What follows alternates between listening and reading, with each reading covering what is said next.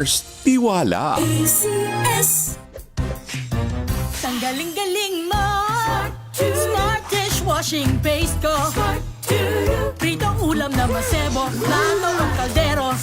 Tanggaling for everyday. Ganyan pag smart ang dishwashing paste. May double tanggaling formula. Tanggal ang sebo, tanggal ang bakterya. Pahit para walang bahid. Linis fantastic sa metal at plastic. Number one ko to.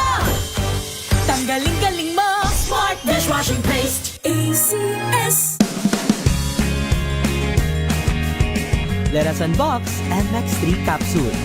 Each box has 60 vegetable capsules that tested and proven to help reduce pain discomfort. 2 capsules daily with healthy diet and exercise. MX3. Tunay, natural, at original. Mahalagang paalala, ang MX3 capsule ay hindi gamot at hindi dapat gamiting panggamot sa anumang uri ng sakit. Amoy forever. Amoy LQ. Amoy New Kalat Berry Blooms. Amoy kalat, amoy good vibes. Sa lahat ng bagay, simula pa lang, siguraduhing max protection na. Kasi pag kulang ang proteksyon, baka madaling masira. Sa ngipin, dapat may max protection din. Max sa alaga ng Unique Toothpaste. With Max Protect Formula, help stop cavities before they start, while keeping breath fresh. Try Unique Maximum Fluoride Protection. Para max alaga, max protektado. ACS. May nagbago. May arte? May budget? Akala nyo lang yon. So solid. White Rose Papaya. Wow, White Rose. White Rose Papaya. Wow, White Rose. White Rose Papaya. May glow up with the White Rose Papaya. White Rose Papaya. May puti power times 2 kasi may papaya at niacinamide. May shea butter and tea tree oil pa. Kutis sulit ang glow May up. glow up with the White Rose Papaya. White Rose Papaya. Kutis sulit ang glow up. ACS. Wow, ang saya.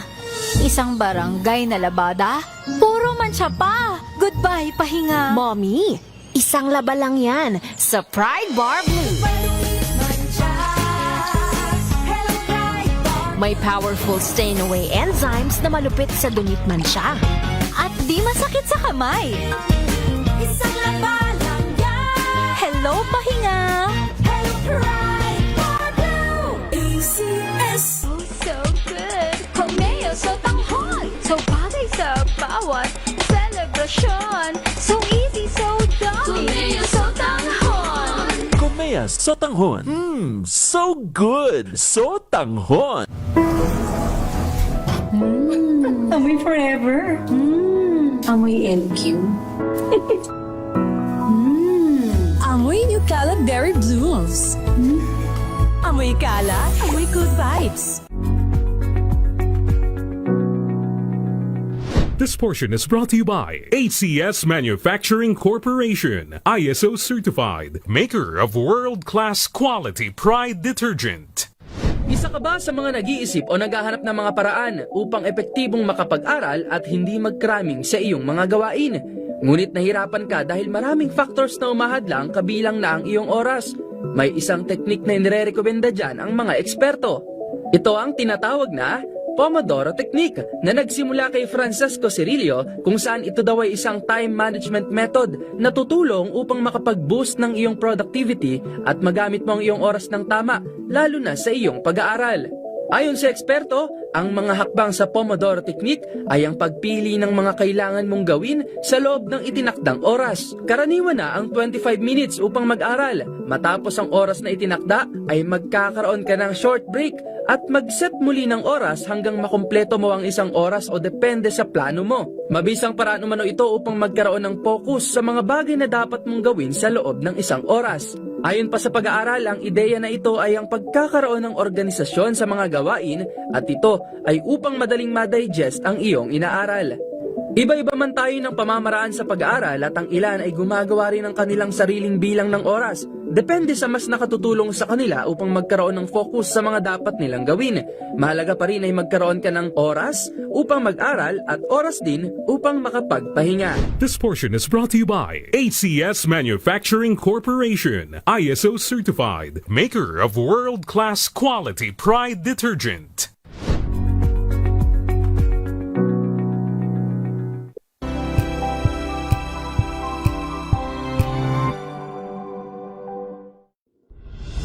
Tuloy-tuloy ang pagtulong, tuloy-tuloy ang pagseserbisyo, at tuloy-tuloy ang balitaan kasama si May Binauhan sa Operation Tulong mula Lunes hanggang Biyernes. Manila Broadcasting Company. DZRH, member, kapisanan ng mga broadcaster ng Pilipinas. Pilipinas, 15 minuto, makalipas ang alas 5 ng hapon. Dahil ang pamamahayag kailangan laging patas, ang pagtalakay ng bawat issue dapat laging parehas. Narito na ang balitaan at talakayang hihimay sa punot dulo ng mga issue.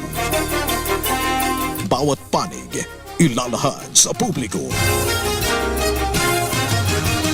Programang DZRH Balansyado. Narito na ang mga balansyado sa pagbabalita at komentaryo sina Henry Uri at Karen Oyong. Balansyadong balita. Pilipinas, sa araw ng Miyerkules, ikatlo o ika-4 sa buwan ng Marso taong 2026. Sa ulo ng mga balansyadong balita: sufficiency in substance ng impeachment complaints laban kay Vice President Sara, pinagtibay na ng House Committee on Justice. Singil sa kuryente na pipintong tumaas dahil sa krisis sa gitnang sinangan. Mungkahi na 4-day work week para makatipid, handa namang pag-aralan ng Malacanang. Vice President Sara Duterte nagharap ng kasong perjury laban sa kanyang umanong dating aide at bagman na si Ramil Madriaga. Pagkalat ng peking impormasyon tungkol sa class at work suspension, iniimbestigahan na ng Philippine National Police. Pamilya ng aktres na si Ann Curtis umalma sa kontrobersyal na nag-init remark ni Congressman Bong Suntay. Hempe ng BFP, kakasuhan bukas ang DILG sa Ombudsman dahil sa katiwalian. Palawan na pinangangambahan na nakaranas ng danger level heat index ngayong araw ayon sa Pag-asa. Magandang hapon, Pilipinas, kami ang inyong tagapagbalita. Sa pangalan ni Miss Miss Karen Oyong, ako si Josa Cruzat at Henry Uri. Sa detalye ng mga balita, pinagtibay ng House Committee on Justice ang sufficiency in substance ng impeachment complaints laban kay Vice President Sara Duterte. Sa ginanap na botohan, 54 ang pabor, walang nag-abstain at tanging si Congressman Bong Suntay lamang ang bumoto ng no. Ang reklamo ay mula sa grupo ni Father Bong Sabalya at kay Atty. Nathaniel Cabrera. Inakusahan ng complainants ang Vice Presidente ng pagtataksil sa tiwala ng publiko, paglabag sa konstitusyon dahil sa issue ng di umano'y kahinahinalang paggamit ng 612.5 million confidential fund at pagbabanta sa buhay ng First Family. Dahil sa desisyon, inatasan ng pangalawang Pangulo na sumagot sa loob ng 10 araw. Kailangan ng at least 1/3 votes mula sa Kamara na sasang-ayon sa impeachment bago mag-dire-diretsong reklamo sa Senado para sa kaukulang paglilitis. Iginiit ni Vice President Sara Duterte na hindi niya prioridad ngayon ang kinahaharap na impeachment complaint. Sa ambush interview sa Taguig City Prosecutor's Office, sinabi ng Vice Presidente na mas marami siyang trabahong dapat asikasuhin sa kanyang tanggapan kaysa tutukan ang deliberasyon ng House Committee on Justice. Tumanggi rin magbigay ng detalye si VP Sara kung ano ang ginagawang paghahanda ng kanyang defense team. Ayon naman sa kanyang legal counsel na si Attorney Paulo Panelo Jr., mas mabuting hintayin na lamang ang magiging proseso ng komite. Narito ang bahagi ng pahayag ni VP Sara at ni Attorney Panelo Jr. Marami akong ginagawa sa trabaho, hindi yan yung prioridad ngayon ng Office of the Vice President. Answer that, it's best to ask Attorney Poa, but there's a procedure in the House Justice Committee na susundin, so antayin na lang natin na masunod yung proseso. Samantala, naghain din si Vice President Sara Duterte ng reklamong perjury laban sa nagpakilala na dati niya umanong bagman na si Ramil Madriaga sa Taguig Prosecutor's Office. Kasama ang 5 testigo at si Atty. Paolo Panelo Jr., iginit ng kampo ni Duterte na isang malaking kasinungalingan ng mga paratang ni Madriaga. Ayon kay Atty. Panelo Jr., binigyang diin sa isinumiting affidavit na hindi magkakilala ang dalawa at kailanman na hindi naging bahagi ng Presidential Security Group at Vice Presidential Security Group and Protection Group si Madriaga. Kumpiyansa ang kampo naman ni Duterte na makakahanap ang prosecutors ng probable cause sa reklamo ng mauuwi sa conviction. Narito ang tinig ni Atty. Panelo Jr. Imposible yung pinaparatang niya laban kay VP Sara. So we are confident that this is more than sufficient to for the prosecutors to find probable cause and to determine that there is reasonable certainty of conviction. VP Sara was accompanied today by 5 witnesses, including 2 former PSG commanders who have testified that they don't know any Ramil Madriaga. Sa iba pang mga balita, namumurong tumaas din ang halaga ng kuryente dahil sa sigalot sa gitnang silangan. Sa katunayan, inamin ng Meralco na pinangangambahan ng increase sa mga susunod na buwan epekto ng tinatawag na inflationary pressures mula sa nangyayaring gulo sa Middle East. Ito ay kahit ang source ng energy ng kumpanya ay hindi galing sa oil-fired power plants. Paliwanag ni Meralco Vice President at Head of Utility Economics Larry Fernandez, 60% ng energy sources ay mula sa natural gas na ang kalahati ay mula sa malampaya at imported na liquefied natural gas. Ang natitira na 40% ay mula sa coal-fired power plants, renewable energy at sa wholesale electricity spot market. Ipinahayag ni Fernandez na kapag tumaas ang halaga ng krudo sa Dubai, gagalaw din ang presyo ng gas mula malampaya at lilikha ng domino effect sa buong sektor ng enerhiya. Samantala, tiniyak naman ni Transportation Secretary Giovanni Lopez na hindi naantala ang fuel subsidy sa PUB driver. Sa panayam ng DCRH, sinabi ni Lopez na pinaplansya na ang proseso ng ayuda alinsunod sa utos ni Pangulong Bongbong Marcos. Nilinaw naman ni Lopez na ipatutupad lamang ito oras na pumalo sa $80 kada bariles ang presyo ng krudo. Mayroon na niyang nakalaang 2025 budget na 2.5 billion pesos para sa fuel subsidy. Pakinggan natin si Lopez.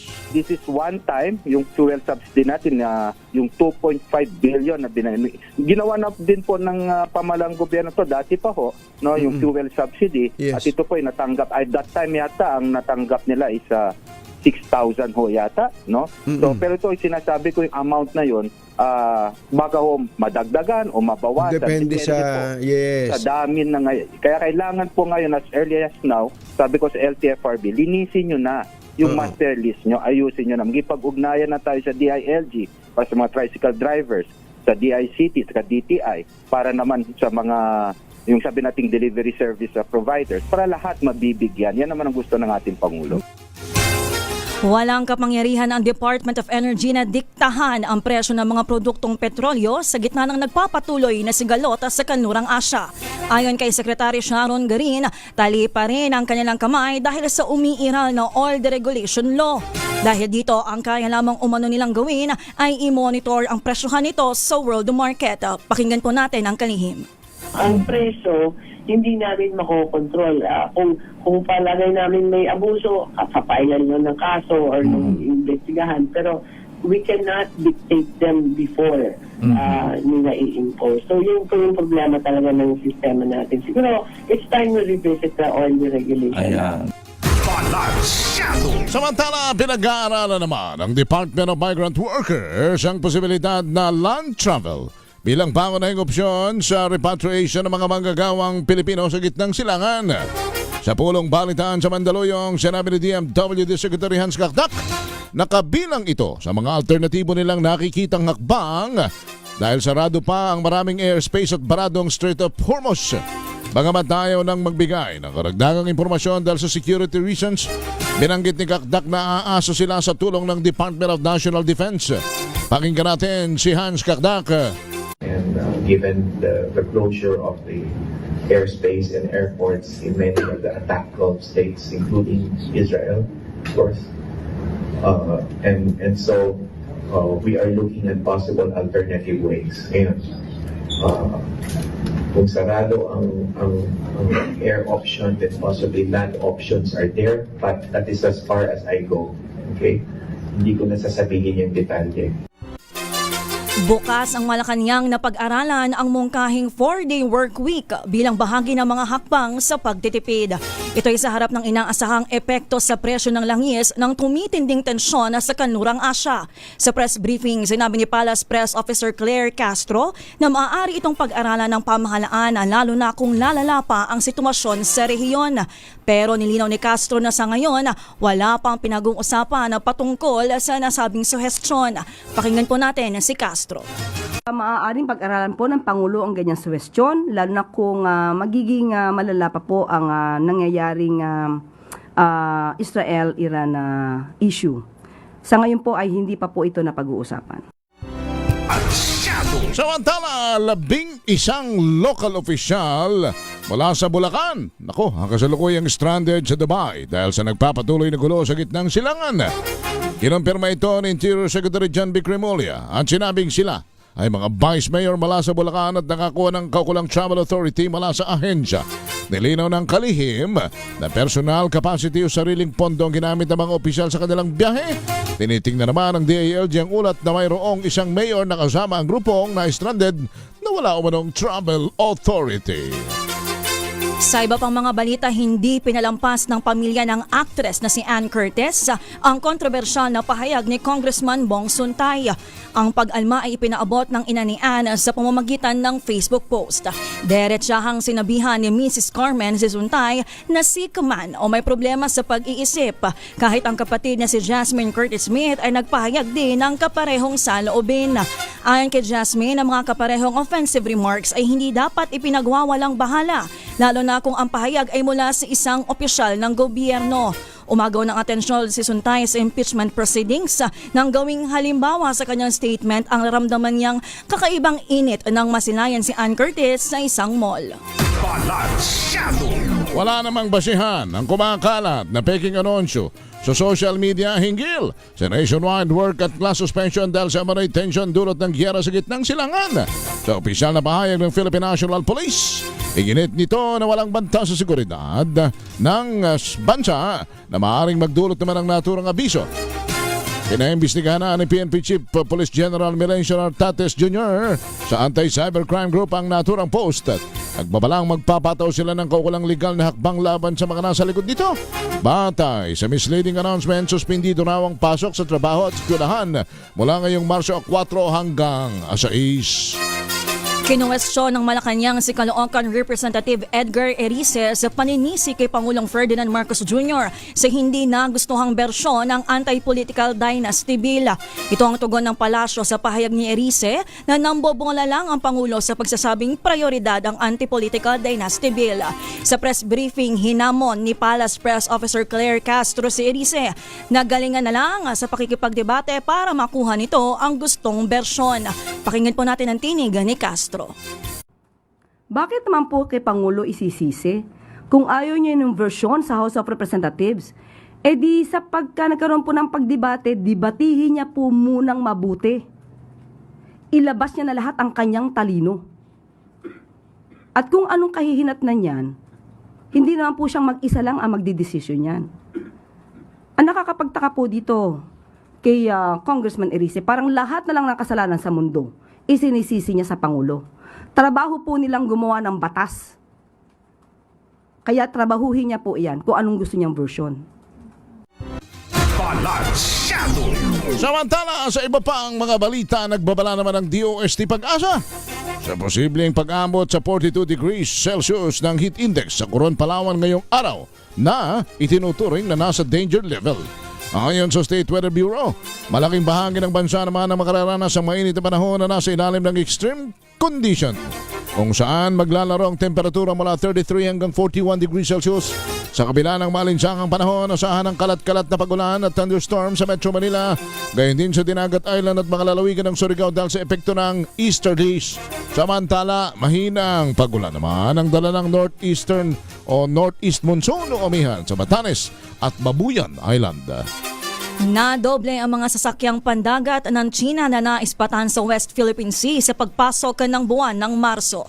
Sa monitoring ng Philippine Navy, 34 People's Liberation Army Navy at the China Coast Guard ang namataan sa Baho de Masinloc, Ayungin Shoal, Escoda Shoal at Pag-asa Island nitong February 22 hanggang March 1. Sa buong Pebrero, 62 Chinese warships at CCG ang namanmanan ng AFP sa nabanggit na 4 na key features.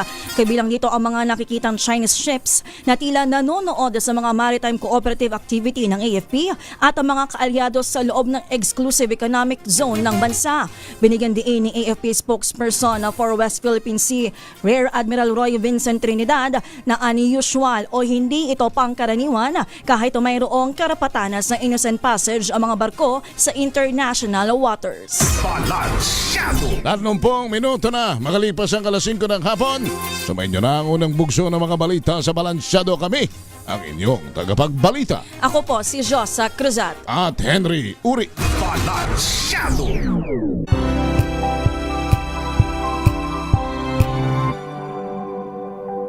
Hello, Washi! Laundry day na naman! Yay! Anong meron? Mancha ng chocolate, putik, may libag pa!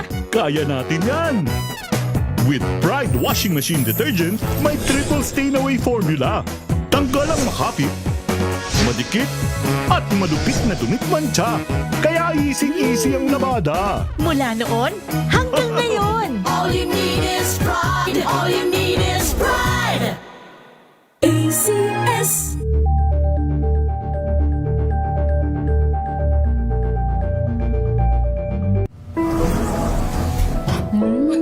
Amoy forever. Amoy NQ. Amoy New Cala Berry Blooms. Amoy Cala, amoy good vibes.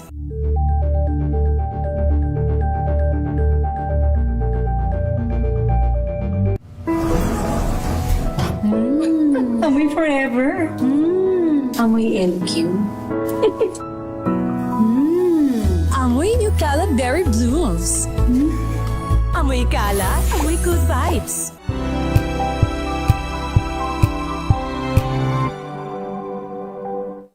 Maulan man, no worries na amoy kulob ang damit. Charm Fab Con. Bangong kumakabloom. Tanggal amoy kulob sa bango ng charm. Kaya gamit ko, Charm Fabcon with Bloom Fresh technology. Kills 99.9% of kulob-causing bacteria. May aroma burst pa of thousands of flowers and berries. Ang sampay sa loob, no amoy kulob. Bangong kumakabloom sa charm. Charm Fabcon. ACS.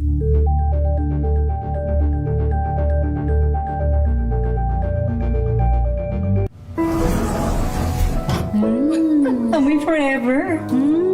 Amoy NQ. Amoy New Cala Berry Blooms. Amoy Cala, amoy good vibes.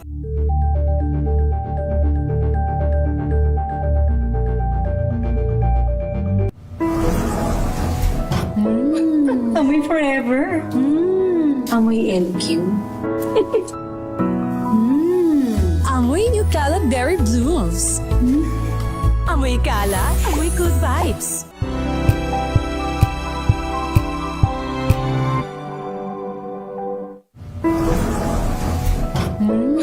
Amoy forever. Amoy NQ. Amoy New Cala Berry Blooms. Amoy Cala, amoy good vibes.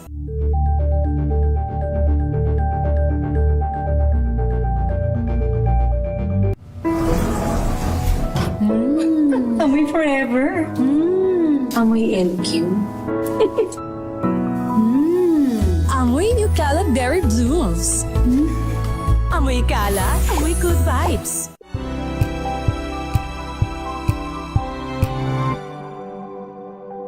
Abangan this Saturday. Balikan ang pagbabalik Pinas ng Wherever You Will Go Hitmakers matapos ang halos isang dekada.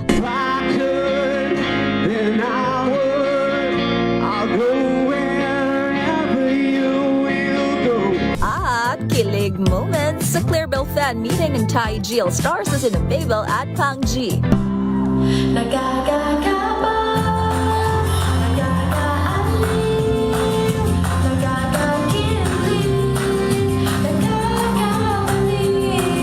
Alas 12 ng tanghali dito lang sa DZRH TV.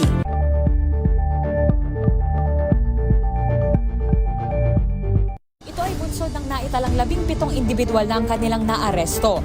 Metro Manila Development Authority o MMDA ang No Contact Apprehension Policy o NCAP sa Metro Manila. Ang ilang mga dokumento ay peke. Hindi rin legal ang employment na ipinangako sa kanila. Sa mata ng batas, mananagot ang sangkot at may sala. Dahil sa bawat paglabag, may karampatang parusa.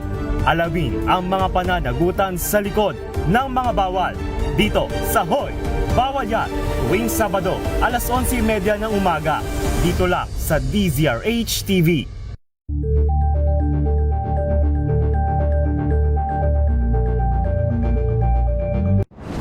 Kung good vibes ang hanap mo, dito ka na sa sigurado! Mula sa mga istoryang nagbibigay ng inspirasyon hanggang sa mga kwentong may dalang solusyon. Mga balitang pampagaan, pakiramdam at pampaganda ng araw. Hindi lang ba sa good news, kundi the better news. Mula Lunes hanggang Biyernes, 1:00 ng tanghali sa DZRH TV.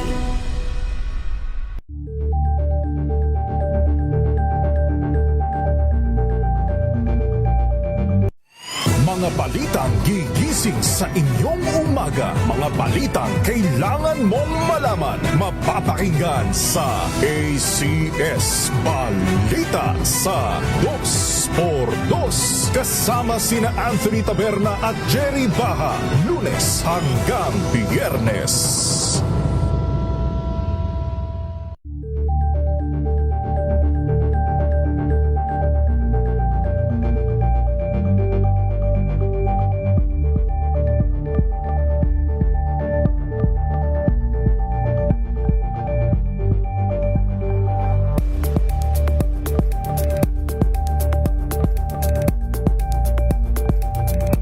Alamin ang mga maiinit na isyung pambayan, mga balitang kailangan mong malaman, usapin sa pamahalaan, politika, ekonomiya at kabuhayan. Ito ang mga dapat mong malaman, pakialaman at pag-uusapan dahil kayo ang tinig ng mamamayan dito sa Damdaming Bayan.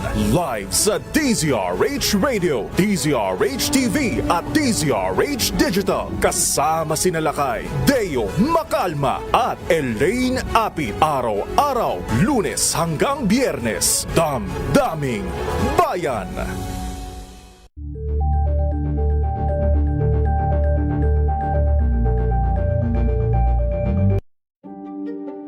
Buklatin ang mga pahina. Pakinggan ang boses ng lipunan.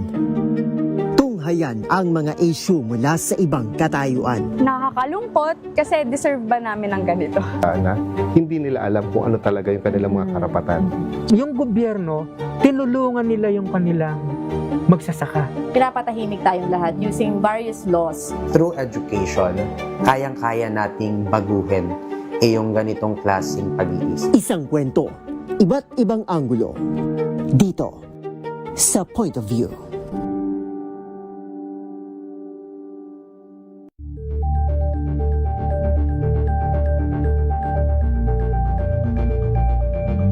Maagang balitaan, maagang usapan sa mga issue at balita. Kasama si Kuya Angelo Palmones sa Magandang Umaga Pilipinas. Mula Lunes hanggang Biyernes.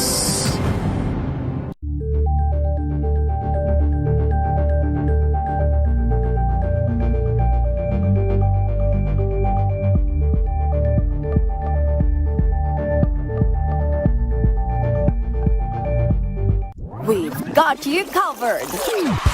From the hottest hits, exclusive interviews, kilig to the bones fan meet experience, and hataw performances of your favorite stars. Saturdays, 12 noon, dito lang sa DZRH TV.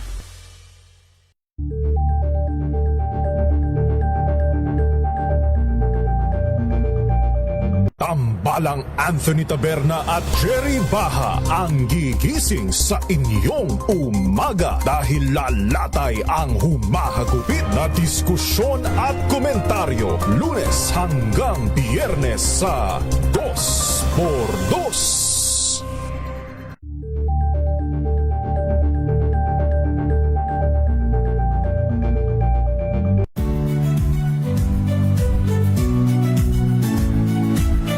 Magandang araw mga kaibigan. Ito po ang inyong balerina ng bayan, si Lisa Makuhay Lizalde, na nag-aanyaya sa inyong samahan kami at ang aming mga espesyal na panauhin para sa kalahating oras ng masayang kwentuhan sa aming programang Art to Art, kung saan ang usapang sining at kultura ay para sa lahat.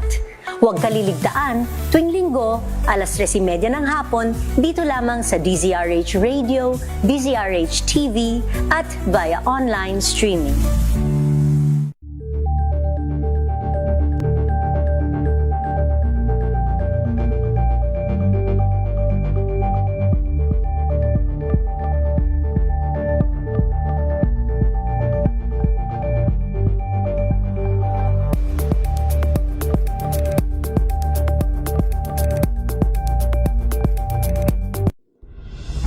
Tuloy-tuloy ang pagtulong, tuloy-tuloy ang pagseserbisyo at tuloy-tuloy ang balitaan kasama si May Binauhan sa Operation Tulong mula Lunes hanggang Biyernes.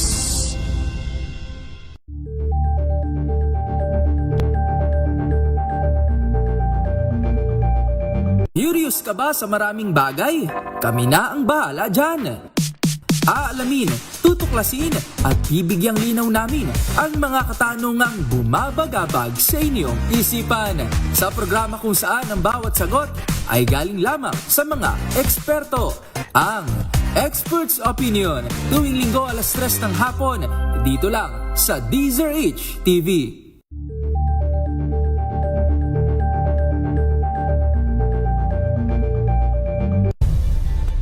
Nagsimula sa pangarap hanggang sa maabot ang tagumpay. Iba't ibang kwento, iba't ibang mukha ng atletang Pilipino. Mas pinatindi, mas pinalakas, at mas pinaaksyon sa Match Point tuwing Sabado, 12:30 ng tanghali sa DZRH TV. Kinukuyog ho ngayon si Congressman Bong Suntay ng Quezon City. Pero ito na may sasabihin ko na ng diretsahan sa kanya. At kahit naman kami magkaharap nito, at kahit naman kami mag-usap ng lalaki sa lalaki at kaming dalawa o sino man makakarinig, sasabihin ko ito sa kanya ng tandisan. Mali si Congressman Suntay. At mali dahil ang kanyang sinabi, ang kanyang analohiya ay gumamit siya ng nakaka-offend na mga pananalita. Hindi lamang dahil artista ang kanyang sinabihan, kundi sa buong kababaihan, hindi tama yung kanyang mga salitang ginamit. Maaari siyang gumamit ng ibang analogy, pero mali ang kanyang pagkagamit doon sa analogy niya na offensive sa pandinig at sa emosyon at sa kultura at sa kamalayan ng mga kababaihan. Pero, alam mo ninyo, kung ang pag-uusapan ay mali sa ugali ng mga congressman, alin ba ang mas mali? Yung masangsang na bibig? Yung maruming bibig? O yung mga inaakusahan ho ngayon na hindi pa nagpapaliwanag at hindi sinasalang sa Ethics Committee na umano ay tumanggap ng mali-maletang pera mula po sa flood control projects at iba pang mga pinagkakakita ang mga proyekto ng gobyerno. Alin ba ang mali? Mali si Congressman Suntay sa kanyang mga pananalita, nakaka-offend yun. Pero ang mas nakaka-offend at mas hindi lamang nakaka-offend, nakamamatay pa na mga biktima ng baha, na mga walang pampa-ospital at ng mga ninanakawan natin ng pondo ng mga mahihirap na Pilipino. Hindi ho ba? Maging ang aking hinihingi lang sana naman, kinukuyog sa mga kapwa congressman, kinukuyog balita ko, isasalang na sa Committee on Ethics. Yung bang mga naglakaw ng, yung bang mga komita, yung bang mga nakatanggap ng mga malay-malita, anong balita na? Napag-uusapan ba yan? May hearing ba para sa kanila? May ethics complaint ba laban sa kanila? Congressman Bong Suntay, magandang hapon sa inyo. Si Henry Uri sa DZRH. Henry, magandang hapon sa iyo at siyempre sa lahat ng iyong tagapakinig. Good afternoon. Diniretsa ko na kayo. Sinabi ko naman na sa mga kababayan natin, mali At alam, ito marahil na may tinatanggap ba ninyo ng buong puso na nagkamali kayo? Well, alam mo, kagaya ng sinabi ko at nabanggit ko na rin kaninang umaga yan. Siyempre nag-apologize tayo dun sa, una na kay Ms. Ann Curtis at saka sa mga kababaihan. If my analogy, the statement which I made dun sa analogy was taken out of context. Alam mo, yun nga yung isang punto. Siguro dapat ibang analogy yung ginawa natin para yung sensitivities ng mga tao ay ng mga kababayan hindi natin natapakan. But alam mo, napakahaba nung hearing na yun naalala ko, may yung kaibigan ko nag-text sa akin, nanood sila ng asawa nila nung pelikula ni Ann. Kaya yun yung pumasok sa isip ko. But my point is, alam mo, kagaya ng punto ko, that sometimes statements are taken out of context. Actually, yun yung pinag-uusapan namin during the hearing Yung konteksto, nung kaya naman pumasok yung word na desire at imagination dahil may videong pinakita. At doon sa impeachment complaint, ginamit yung desire raw ni Vice President, ni VP Sara, na napugutan ng ulo si BBM, na imagine daw niyang ginawa niya yun. So, yung punto, ang sabi ko lang, yung desire at imagination, if there are no overt action, is not an impeachable offense. So gumawa lang ako ng analogy. Maaaring mali yung analogy na ibigay at meron nga tayo mga sensitivities na naraffle, but there was no malice intended. Ang gusto ko lang ipakita that statements are sometimes taken out of context. Kasi ang ibig ko sabihin nun, kung kinumpleto, ay alam ko subject to different interpretation. Depende sa nakikinig. Kasi ako, ang gusto kong palabasin nun, yung statement na yun, maaaring, may naramdaman ako sa aking desire. May desire sa loob ko na nag-init. Ibig sabihin, nakita ko si Ann, ang ganda-ganda pala niya. Nagka-crush ako sa kanya. Na-imagine ko na girlfriend ko siya. Pero hindi naman pwede dahil may asawa ko. Pwede kaya akong kasuhan ng bigamy? Yun yung tatanong ko bago nag-adjourn Just to parang gawing analogy lang that without any overt action, things which are imagined are not criminal. But the thing is, kagaya ng sinabi ko, natapos na yan. Pero alam mo, ang nakakalungkot lang while there are sensitivities that were ruffled dahil dun sa statement, ang nakakalungkot, ang pinikap ng tao, ang pinikap ng media, yung statement na yon. Pero yung appeal ako na sana as members nung Committee on Justice, that we should not only appear impartial, but we have to be impartial. Sana ang batayan, ang panuntunan na ginamit namin doon sa impeachment complaint ni President Bongbong Marcos, gamitin rin na panuntunan sa impeachment complaint kay VP Sara. Okay. Inamin na ninyo na kayo ay nagkamali at humingi na rin kayo ng patawad, pero ang komento sa inyo ngayon, humingi nga kayo ng patawad pero tila iginigiit pa rin ninyo na tama yung inyong pagkakagamit ng analogy. No, ang sinasabi ko ay ang sinasabi ko is that analogy, pinaninindigan ko yung kailangan ko gumamit ng analogy. Kaya nga sinabi ko, siguro maling analogy yung ginamit ko. Maaari sana, dapat siguro hindi na yung analogy ng kay kay Miss Ann Curtis. But that was a fictitious situation naman eh. Oo. Siguro dapat ibang analogy na lang ang ginawa ko. Okay. So ngayon, pinagsisisihan na ninyo na ginamit ninyong analogy ay analogy na kasama ang pangalan ng isang babae Kababaihan. at Oo. kababaihan. Kababaihan. Pinagsisisihan naman ninyo yon. Well, but that was not the intention nga, kagaya ng sinasabi ko.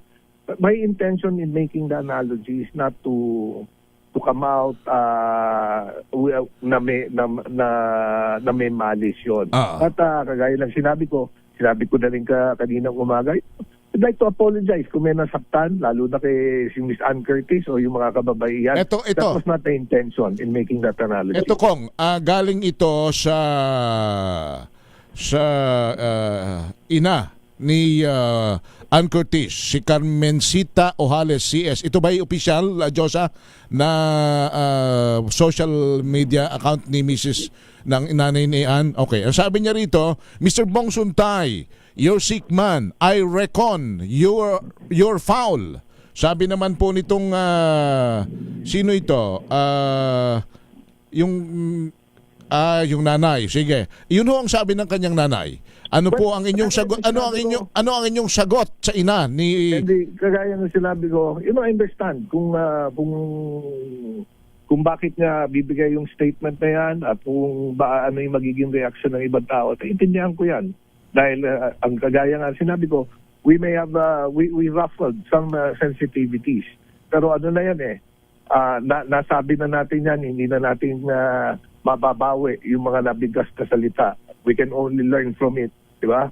But like what I said, there was no intention to put malice. If it was taken out of context, I would like to apologize to the people who saw it differently than the way I saw it. Okay. Ngayon, kayo ay mukhang may balita na ba kayo? Naamoy kami nga, may haharapin daw ho kayong ethics complaint. Wala naman kagaya ng sinabi ko.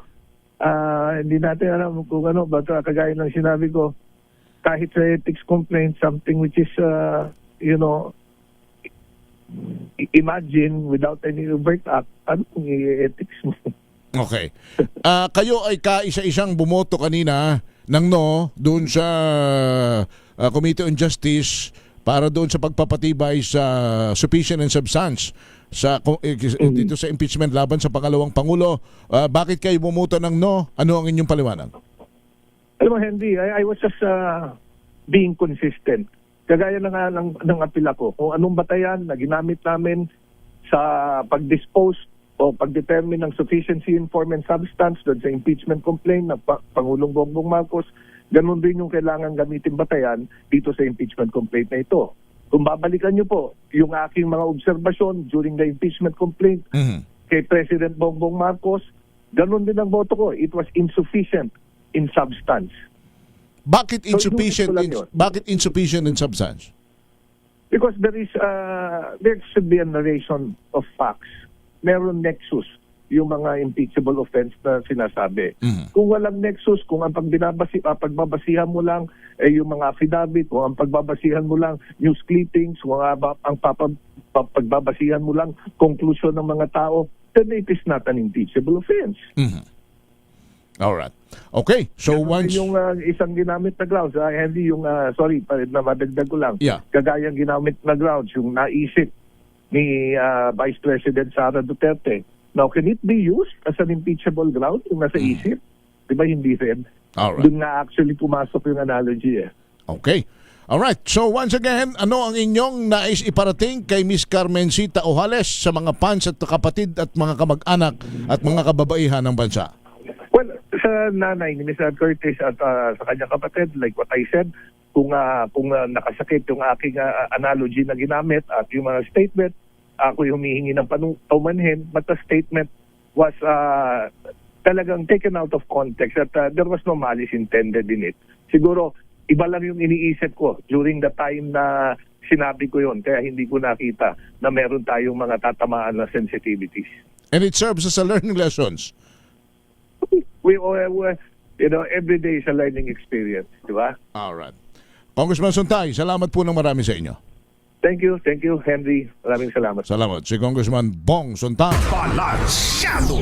Yun, sinabi na natin yung ating gustong sabihin sa kanya at nagsabi na rin siya na kung ano mang nais niyang i-explain. Bayan, kayo na po ang magsabi kung paano ninyo ito huhusgan. Pero yung akin lamang, kung gaano tayo kaingay, kung gaano tayo kagalit, kung gaano tayo katampo, kung gaano tayo ka-offended sa mga ganitong mga pagkakataon, dapat mas magalit tayo sa mga magnanakaw ng pondo ng bayan, kung kaya marami pa rin binabaha at maraming nahihirapang mga kababayan nating hindi makapagpa-ospital, maraming nagugutom.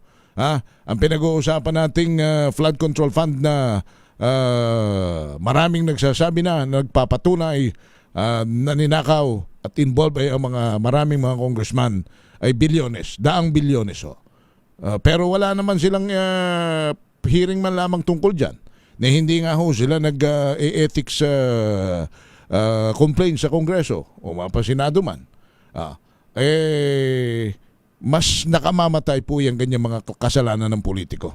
Mga kababayan, babalik tayo 5:55. Samantala, may malakas winner muna tayo mula sa Malabon. Sino, Chikakas? Ito na ang ating winner sa Malakas Promo kasama ang MX3. Dito ako believe.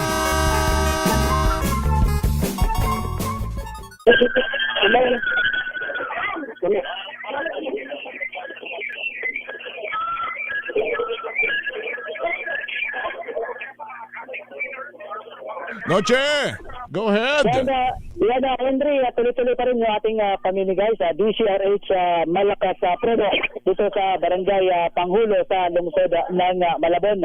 Isang maswerte na nakatambay lang dito. Ayan, tingnan mo yung ganyang sitwasyon. Yan ang pangalan nila. Maribik po, Maribik Ardillo. Matagal ka na bang sukay ng DCRH? Matagal na po. Yun, sino-sino kilala mo? Si Dos sa umaga, Anthony Taberna at Jerry Baha. Ayun, okay. Dahil dyan, suri-suri ka na DCRH, may pakagad na 1,000 pesos. Sir. Yan, at hindi lang yan, sagad na natin. Meron ka pang MX3 package. Yan, yan, inamin mo yan, lalong nagpapalakas ng katawan yan. At syempre, yung ating dancer ng DCRH. Yan. Talagang may kasama ka pang halukay ube, ha? Halukay ube. At ito pa, dahil itong DCRH power. Diba? Ulit. Yan. Pwede. Pwedeng pantapat sa sex bomb. May papalit ka sa sex bomb. Ano masasabi mo sa DCRH? Maraming sa DCRH. Ayan, okay. Tuloy nyo na pakikinig at panonood dahil meron pa kaming mga future promos. Ayan. Gamitin po ninyo yung MX3, ha? Ng Malabon para sa aming maturing na nakatutok sa DCRH sa aming malakas promo. Malay nyo naman, meron kayong 1,000 pesos kapag na-istatan namin kayo na nakikinig at nanonood ng DCRH kasama ang MX3. Dahil dito sa MX3, dito tayo believe. Ayan. Ako naman si RH 27 na sinakas para sa DCRH, una sa Pilipinas, una sa Pilipino. Thank you, Noche. Kakas, yan ang MX3 Malakas Promo. Balansyado. 5:58 ng hapon.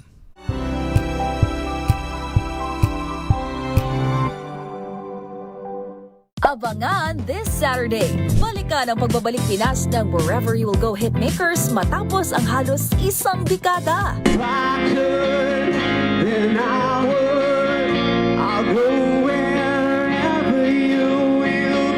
At kilig moments sa Clarebell fan meeting ng Thai GL Stars sa Sinababel at Pangji.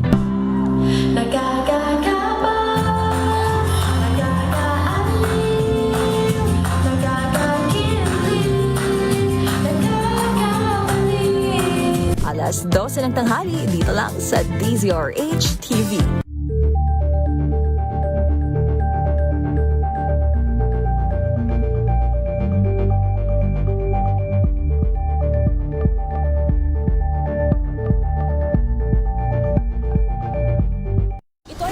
Naitalang 17 individual na ang kanilang naaresto. Ng Metro Manila Development Authority o MMDA ang No Contact Apprehension Policy o NCAP sa Metro Manila. Sa ang ilang mga dokumento ay peke. Hindi rin legal ang employment na ipinangako sa kanila. Sa mata ng batas, mananagot ang sangkot at may sala.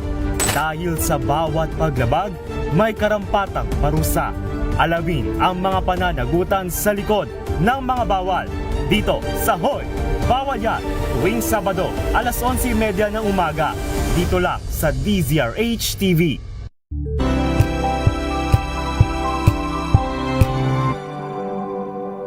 Sa loob ng 86 na taon, DZRH ang naging kaagapay ng mga Pilipino sa balita, sa serbisyo at sa bawat kwento. 86 na taon ng tiwala at sa mga darating pang taon, mas pinalakas at mas pinagtibay para sa Pilipino. DZRH, una sa Pilipinas, una sa Pilipino. Serbisyong tapat sa'yo, DZRH.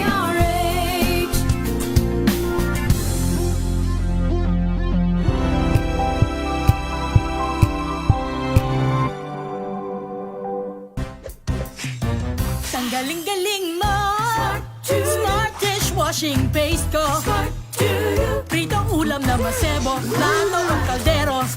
Tanggaling for everyday. Ganyan pag Smart ang dishwashing paste. May double tanggaling formula. Tanggal ang sebo, tanggal ang bakterya. Bahid para walang bahid, linis fantastic sa metal at plastic. Number 1 ko to. Tanggaling-galing mo, Smart dishwashing paste. ACS. Jiggy Manikad po. Bilang isang broadcaster, mahalaga sa akin ang tamang impormasyon. Sa lahat ng bagay, kahit sa kape, mapanuri ako. Kaya dito ako susubukan ng MX3 Coffee.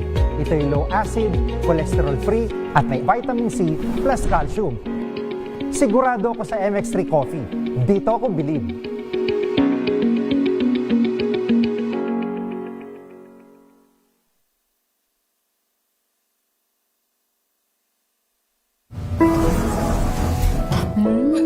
Amoy forever. Amoy LQ. Amoy New Kalat Berry Blooms. Amoy kalat, amoy good vibes. May nagbago.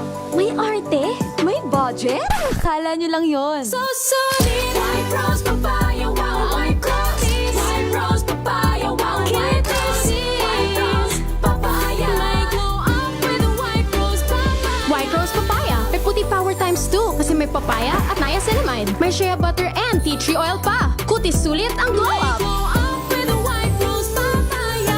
White Rose Papaya. Kutis sulit ang glow up. ACS. Wow, ang saya. Isang barangay na labada, puro mancha pa. Goodbye, pahinga. Mommy, isang laba lang yan sa Pride Bar Blue. May powerful stain-away enzymes na malupit sa dunit mancha. At di masakit sa kamay.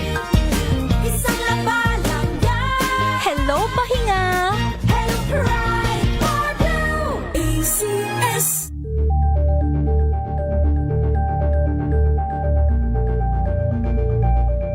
Hello, Washi! Laundry day na naman! Yay! Anong meron? Mancha ng chocolate, putik, may libag pa! Kaya natin yan! With Pride Washing Machine Detergent, may triple stain-away formula. Tanggal ang makapit, madikit, at malupit na dumit mancha. Kaya easy-easy ang labada. Mula noon hanggang ngayon! All you need is pride! All you need is pride! ACS. Sa lahat ng bagay, simula pa lang, siguraduhing max protection na. Kasi pag kulang ang proteksyon, baka madaling masira. Sa ngipin, dapat may max protection din. Max Alaga ng Unique Toothpaste.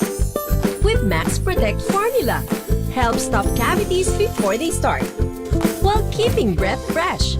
Try Unique Maximum Fluoride Protection. Para Max Alaga, Max Protektado. ACS. Amoy forever. Amoy LQ. Amoy New Kalat Berry Blooms. Amoy kalat, amoy good vibes. DIY photoshoot ideas para sa first birthday ng inyong baby. Alamin. This portion is brought to you by ACS Manufacturing Corporation, ISO certified, maker of world-class quality Pride detergent. Ang first birthday ay maituturing na isa sa pinakamahalaga at espesyal na milestone ng inyong baby. Pero sa kabila ng pagiging special day nito, hindi naman kailangang mabutas ang bulsa ni ng mommy at daddy. Gawin pa rin itong memorable sa tulong ng DIY photoshoot. Una riyan, keep it simple and straightforward gamit ang mga nauusong number balloon na pwedeng ilagay sa tabi ni baby with matching cake. Pangalawa, uso rin ang pagko-collage ng photos kung saan pwedeng pagsunod-sunurin mula sa first month hanggang 12-month-old picture ni baby. Pwede rin namang outdoor ang gimmick para fun in the sun ang dating ni Chikiting. Pero kung isang pet lover ang inyong anak, bakit hindi subukang isama si Doggy sa tabi ni baby? Cute din kung bihisan ito as little man o little lady. Lagyan lamang ito ng grown-up accessories na kukumpleto sa look. At syempre, hindi mawawala ang matchy-matchy looks kasama ang buong pamilya. This portion is brought to you by ACS Manufacturing Corporation, ISO certified, maker of world-class quality Pride detergent.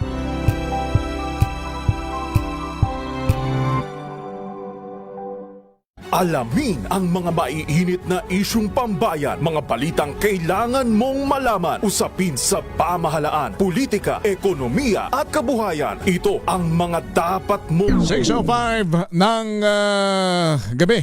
Atin nga hong subukang tawagan ng Manila Electric Company, Meralco. Pagkat alam naman nating lahat kapag kahugan itong may krisis sa langis dahil doon sa gyera sa Middle East, damay ho lahat at ang unang-unang tatamaan yan. Siyempre, mga pangunahing bilihin, kuryente, singil sa kuryente, tubig, lahat. Ano kaya naman ang po pwede nating mapakinggang makapagpapagaan naman ang loob mula naman sa Meralco? Baka sakali naman na may mga ipatutupad din sila at may mga po pwede sila namang banggitin na makapagpapagaan naman ng alalahanin sa bayarin ng ating mga kababayan. Si Ginoong Jos Aldariaga, ang Vice President ng Meralco Corporate Communication. Sir Jo, magandang gabi na po sa inyo. Si Henry Uri po. Yeah, Henry, magandang gabi at sa iyong mga tagapakinig at tagapanood. Diretso na ho ako. Ano ba ang mga konkretong hakbang ng Meralco na po pwede pong magawa ninyo para mabawasan naman po itong epekto ng pagtaas ng global fuel prices sa kanilang mga consumer? Well, kami ay magsasagawa ng batay na rin sa order sa amin ng aming chairman at CEO na si Manny Pangilinan. Kami ay magsasagawa ng review sa aming current fuel position, particular na sa LNG, coal at iba pang sources dahil sa posibleng epekto nito sa presyo ng kuryente. Ayon nga kay MVP, priority namin ng Meralco na matiyak na hindi magkukulang supply at hanggang maaari ay ma-manage ang biglang pagtaas ng presyo para sa aming mga customer. No? Kami sa Meralco, Henry, we are working very closely with government in monitoring the situation in the Middle East at kasama doon sa aming gagawin itong at patuloy na ginagawa actually itong energy saving at energy efficiency initiatives, no? In terms of yung buang supply Opo, yung stability ng murang supply ng kuryente dahil dito nga po sa nangyayaring ito sa gitnang silangan. Ano ang ginagawa ng Meralco? We are sufficiently contracted. I think we're sufficiently contracted. But of course, meron pa tayong... pag sinabi mo kasi, Henry, na murang kuryente, medyo sa ngayon, hindi ko pa ma-assure yan. Although kami, we're monitoring the situation very closely. Kasi alam naman natin, hindi naman natin kontrolado yung nangyayari sa Middle East. Exactly, pero yung worst case scenario, Sir Joe, kasi natumaas ang singil, may mga siyempre mag-aanap tayo ng mga kagaya halimbawa installment options kagaya nung pandemic, di ba?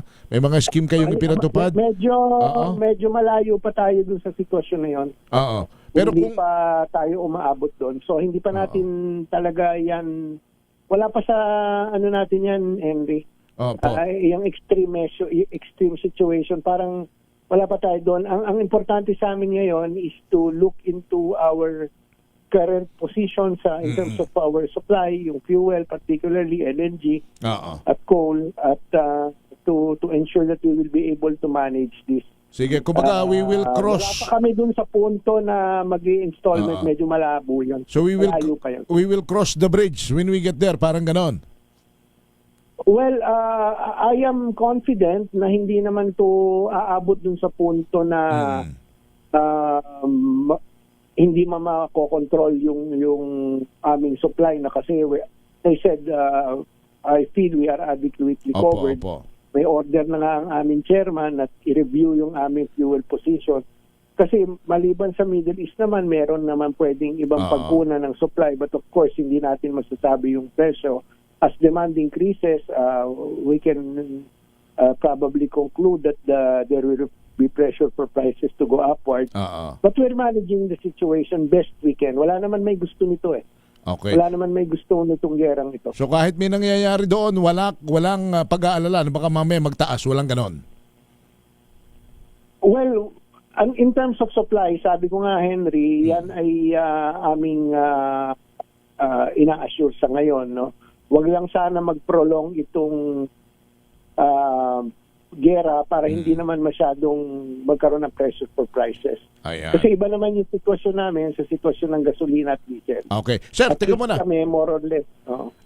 May mga panawagan para makatipid ng gasolina, yung mga carpooling, yung mga iba't ibang measures ang pinatutupad ng LGU, maski ang Malacanang may mga panawagan na magtipid ng gasolina. Pagtitipid naman ng kuryente, ano bang po pwedeng maitip ninyo? Well, number one, cost ng upward consumption ngayong summer months, aircon, no? So, tiyaking maayos yung kondisyon ng aircon, tiyaking malinis yung aircon, particularly yung mga filter. Ma-maximize natin ang gamit ng aircon at tsak na makakatipid tayo kung yung room size, yung laki ng kwarto ay akma dun sa horsepower ng aircon. I-set ang temperature sa 25 degrees. Lumalabas kasi sa pag-aaral namin na ang optimal temperature ay 25 degrees para maliban sa pagiging komportable naman ay mamamanage yung energy consumption. Pag 25 degrees, medyo matipid naman. I mean, compared sa ibang mga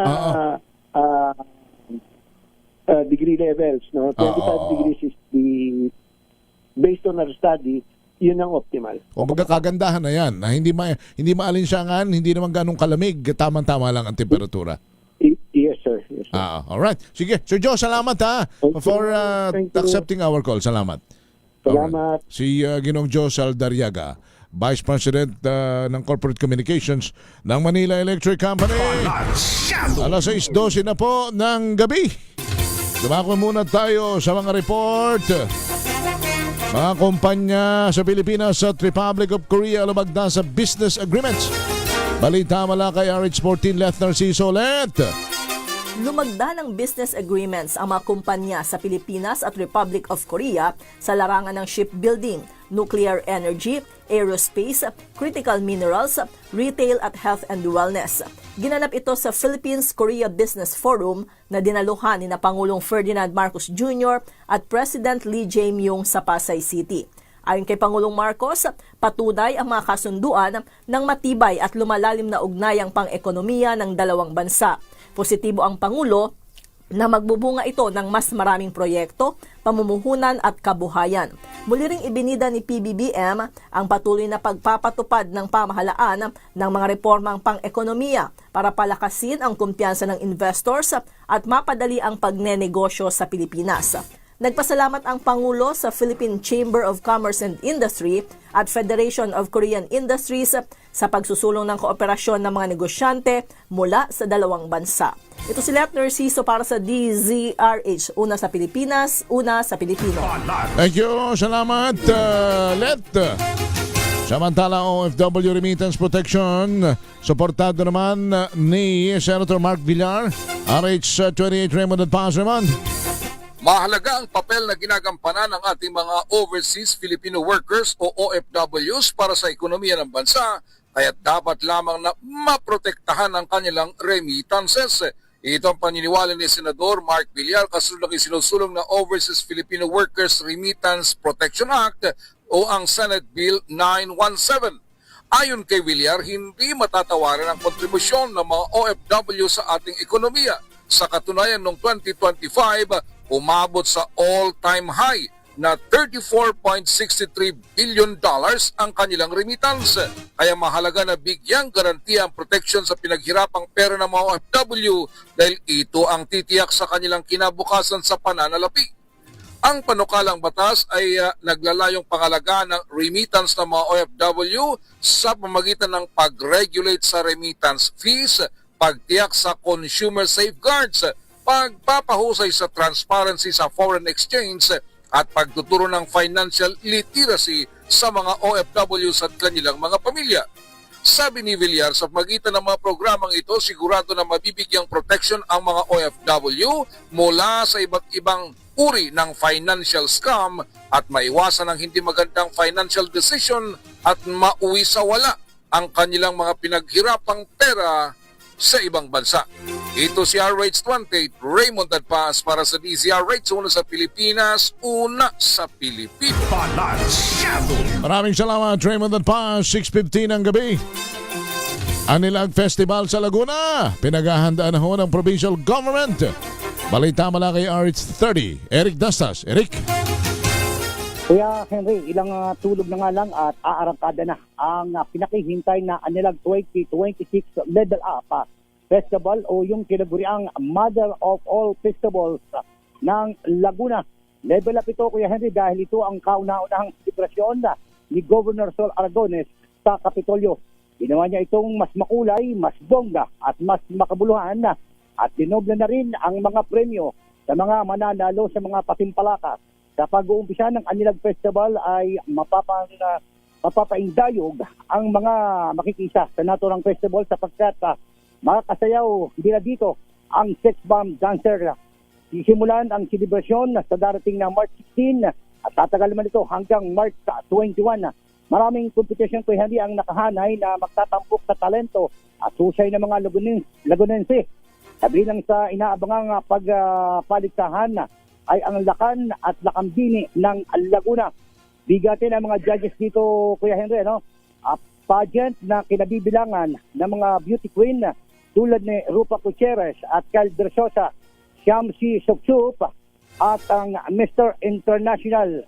Kasama ka dito, Kuya Henry, at siyempre ako, Mr. International 2025, Dirk Bondad at iba pang itong so isa ka sa hurado. Isa tayo dito, Kuya Henry, kasama ka dito kasi gwapo di ba yung mga pupugi. At si TV host na si OG Diaz. Ito pa rin si Eric Dastas para sa DZRH, una sa Pilipinas, una sa Pilipino. Thank you, Eric Dastas. Samantala, ito na. Si Congressman Bong Sontay, ipaghaharap na nga daw po ng ethics complaint sa Kongreso. RH12 Milky Rigunan. Milky. Sasampahan ng ethics complaint ng grupong Gabriela si Representative Bong Sontay ng 4th District ng Quezon City.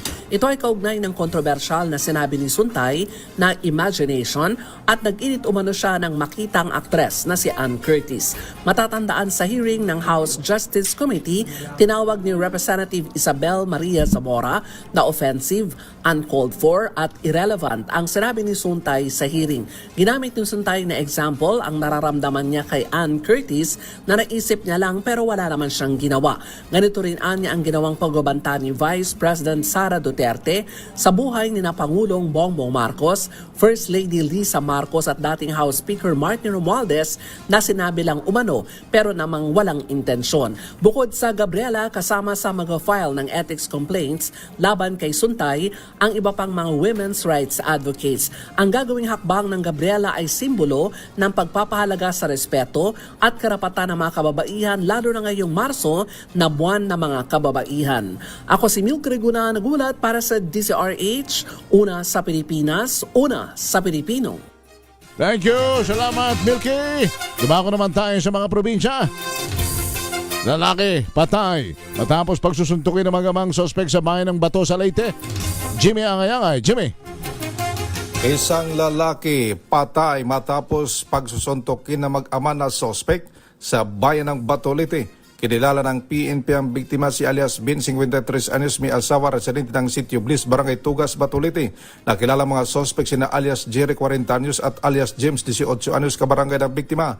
Nangyari insidente sa Sitio Bliss, Barangay Tugas, sa naturang bayan. Sa investigasyon ng PNP, ang biktima ay nakainom na nakakalasing na inumin. Pinuntahan ito ang bahay na mag-ama na sospek at kinonfronta ito pagkatapos sinampal sa mukha si James, isa sa mga sospek. Nang makita naman ng tatay na sinampal ang kanyang anak, sinuntok ang biktima at bumagsak sa sahig at dito pinagsusuntok naman ng isa pang sospek na si James. Naawat naman ang mga sospek na mga kapitbahay nito at itinakbo ang biktima sa Bato Municipal Health Unit para malapatan ng kakulang lunas. Subalit, idiniklara na dead on arrival ng Municipal Health Officer. Agad naman naresto ang sospek, ang mga sospek ng kapulisan at ngayon nasa custodial facility ng Bato, Leyte PNP. La dito sa DYV Action Radio Tacloban, ito si R32 Jimmy Angay-Angay para sa DZRH. Una sa Pilipinas, una sa Pilipino. Maraming salamat, Jimmy Angay-Angay. Teka, balik muna tayo dito sa Metro Manila sapagkat yung happy daw ho ng Bureau of Fire Protection. Kasuhan bukas ng DILG sa Ombudsman dahil sa katiwalian. Anong mga katiwalian nito? Anong mga katiwalian nito, Val Gonzales? Hepe ng BFP, Bureau of Fire Protection. Sa mga kagawad ng BFP, mga mga mamamatay sunog. Yung inyong hepe, nako. Sige, balikan natin maya-maya si Val Gonzales. Samantala, yung mag-asawang fish vendor, arestado raw sa buy-bust operation naman sa Iloilo. Si Jocelyn Maki. Jocelyn. Matagal nang minamanmana ng mga otoridad ang mag-asawang fish vendor dahil sa impormasyon na nagbebenta ng illegal na droga bago isinagawa ang buy-bust operation sa Barangay San Juan, Molo District. Ayon kay Police Lieutenant Lloyd Pagulayan ng Police Station 4 sa Molo, magkasamang nagbebenta ng illegal na droga ang mag-asawa. Na-recover sa mga subject ang 5 gramo ng suspected shabu na nagkakalaga ng 34,000 pesos. Sa monitoring ng pulisya, kinukuha ng mag-asawa ang illegal drugs sa Fishport Complex at kung minsan sa Barangay Boulevard, Molo. Bine-verify naman ng pulisya ang source ng illegal drugs ng mag-asawa. Mula sa Action Radio Iloilo, ito si Jocelyn Make para sa DZRH, una sa Pilipinas, una sa Pilipino. Thank you, Jocelyn. Balikan natin si Val Gonzales, yung hepe po ng BFP. Nakasuhan ng DILG sa Ombudsman bukas dahil sa katiwalian. Val Gonzales, RH5. Val! Henry, inanunsyo ngayon ni DILG Secretary John Vic Rimulya na bukas ay isasampa sa Office of the Ombudsman ang patong-patong na kaso laban kay Bureau of Fire Protection Chief Jesus Fernandez. Ayon kay Rimulya, ang kaso ay may kinalaman sa manoy malawakang korupsyon sa buong bureau. Kabilang sa mga reklamo ay may kinalaman sa manoy sistematikong pandaraya sa procurement ng fire trucks mula taong 2021 hanggang 2025. Sabi ng kalihim, presyong sobra-sobra dahil sa pakikisabwatan sa mga kontratista upang makakuha ng sariling pakinabang. Kasama rin dito ang umano'y pagbibenta ng fire extinguisher sa presyong triple at pinipilit ang malilit na negosyo na kumuha ng taonang refilling para lamang makakuha ng permit. Binigyang diin ni Rimulya na ito'y unang batch pa lamang ng mga kaso laban sa mahigit 50 mga kawani. Paliwanag ni Rimulya, bahagi ito ng kampanya upang buwagin na ang aniyay dekada ng sindikato sa BFP at ipanumbalik ang tiwala ng publiko. Ako si Val Gonzales, DZRH, una sa Pilipinas, una sa Pilipino. Thank you, Val Gonzales. Isang babae naman na high value target nahuli sa Dagupan City. 340,000 halaga ng shabu, kumpiskado. Freddy Fajardo, RH38. Freddy? nasa kustudiya ngayon ng PDEA Pangasinan Provincial Office sa Urdaneta City ang babaeng high value target matapos itong masakote sa buy-bust operation sa Dagupan City. Sa ulat ni PDEA Provincial Officer Dexter Asayco, nagsagawa sila ng anti-drug buy-bust operation katuwang ang PDEU at CDEU ng PNP sa Barangay Herrero Perez sa syudad na nagresulta ng pagka-aresto ng suspek na kinilalang si Mary Ann Batia, 30 anyos, high value target na residente ng Barangay Tapuac, Dagupan City matapos na makabili rito ng 10 plastic sachet na naglalaman na hinihinalang shabu na tumitimbang ng 50 gramo na may street drug price na 340,000 pesos ang asset na nagkunyaring buyer kapalit ng mark money. Kasong paglabag sa Section 5 Article 2 ng Republic Act 9165 Comprehensive Dangerous Drug Act of 2002 ang kinakaharap ngayon ng akusado. Mula sa Action Radio Pangasinan, ito si Freddy Fajardo, Aris 38 nag-uulat para sa DCRH Una sa Pilipinas, una sa Pilipino. Thank you, Freddy Fajardo. Samantala, 2 tulak ng illegal na droga arestado rin sa Davao City. Jun Suter. Jun. Himasriha sa kulungan ang 2 tulak ng illegal na droga matapos na aresto sa isagawang bypass operasyon ng kapulisan bandang alas 2:10 ng madaling araw, Marso 4, 2026 sa Bypass Road, Pioneer Village, Barangay Buhangin Proper, Davao City. Kinilala ang mga suspect na sila Samsudin alias Mincho, 43 anyos, may asawa at residente sa Puro 4, Barangay 23-C, Davao City, at Sami, 47 anyos, binata at residente ng Malibu Residence, Barangay Buhangin, Davao City. Pinangunahan ng City Drug Enforcement Unit ang operasyon sa pamumuno ni Police Lieutenant Joel Lucero Jr. sa ilalim ng supervision ni Police Lieutenant Colonel Randy Sambalod, katuwang ang Regional Police Drug Enforcement Unit 11, 1st and 2nd City Mobile Force Company at Buhangin Police Station sa koordinasyon ng PDEA. Nakumpiska sa operasyon ang isang pakete ng hinihinalang shabu, mga drug paraphernalia at buy-bust money na nakakalaga ng 55,000 pesos. Tinatayang may bigat na 21 grams ang nakumpiska ng hinihinalang shabu na may standard drug price na 142,800 pesos. Sa ngayon, inihanda na ang pagsasampa ng kaso laban sa mga sospek para sa paglabag sa Republic Act 9165 o Comprehensive Dangerous Drugs Act of 2002. Ito si Jun Suter para sa DZRH. Una sa Pilipinas, una sa Pilipinas. Thank you, Jun Suter. Samantala sa ibayong dagat, 6 na sundalo ng US patay sa drone attack sa Kuwait. Balita mula kay Jackie Rasho. Jackie! Kinilala ng US Department of War ang 4 sa 6 na sundalong nasawi sa drone attack ng Iran sa Kuwait. Ang mga nasawing biktima ay miyembro ng US Army Reserve Unit mula Iowa na sina Captain Cody Kirk, Sergeant First Class Noah Titgens, Sergeant First Class Nicole Amor at Sergeant Declan Cody. Naganap ang atake noong linggo sa kasagsagan ng retaliatory strikes ng Iran sa mga US military facilities sa iba't ibang lugar sa Middle East. Patuloy namang kinikilala pa ang 2 bagong na-recover na bangkay ng sundalo sa nasabing kampo. Ito ang unang kumpirmadong casualties mula sa militar ng Amerika sa nagpapatuloy na gulo sa gitnang silangan. Samantala, pinaliligas na rin ng Estados Unidos ang kanilang mga non-emergency government personnel mula sa Cyprus at Pakistan dahil sa banta sa kanilang seguridad. At yan ang balita mula sa ibayong dagat. Ito si Jackie Resho ng DZRH, una sa Pilipinas, una sa Pilipinas. Thank you, Jackie Resho. Nako, Cyprus at Pakistan. Samantala sa showbiz. Okay, sige. Yun daw hong Instagram account ni Andrea Brillantes. Nako, nahack. At ang mga lahat daw ho ng mga litrato'y binura. Ba? Jack, si Josa Cruzat. Josa. Nabigla ang mahigit 14 na milyong followers ng aktres na si Andrea Brillantes matapos sumahak ang kanyang Instagram account ngayong Miyerkules ng umaga. Sa isang iglap tila nabura ang lahat ng photo sa page ng aktres at pinalitan ang kanyang display picture ng isang blank profile photo. Hindi pa nakontento ang hacker dahil nag-post pa ang mga ito sa Instagram stories ni Andrea. Kinumpirma ng malapit na kaibigan ni Andrea na si Bea Bora Flores ang insidente matapos humingi ng sakalolo ang aktres. Agad namang nagbabala si Bea sa publiko patungkol sa nangyari habang kasalukuyang ginagawa ang lahat ng paraan upang mabawi ang account ni Andrea. Sa ngayon, wala pang karagdagan detalye kung sino ang nasa likod ng hacking. Ito si Josa Cruzat nag-uulat para sa DZRH, una sa Pilipinas, una sa Pilipinas. Thank you! Salamat! Josa Cruzat.